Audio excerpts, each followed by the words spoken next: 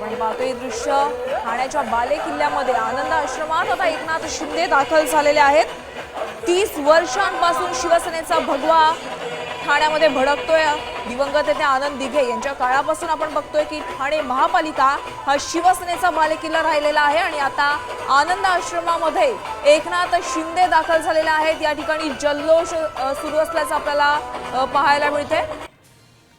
तर महायुतीच्या या यशानंतर एकनाथ शिंदे पहिल्यांदाच आता प्रसार माध्यमांशी देखील बोलणार आहेत।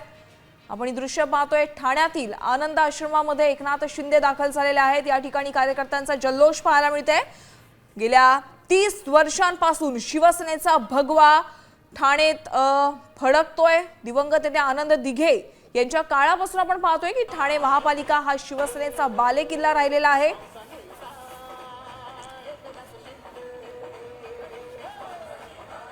आणि यंदा देखील ठाणे महानगरपालिकेवर शिंदे सेनेचाच भगवा फडकण्याची शक्यता आहे। फक्त 1987 ते 93 हा जो काळ होता त्या काळामध्ये या पालिकेवर ठाणे पालिकेवर काँग्रेसची सत्ता होती। मात्र इतर जर पाहायला गेला समीकरण तर 30 वर्ष एकनाथ शिंदे म्हणजे शिवसेनेची या ठिकाणी सत्ता होती।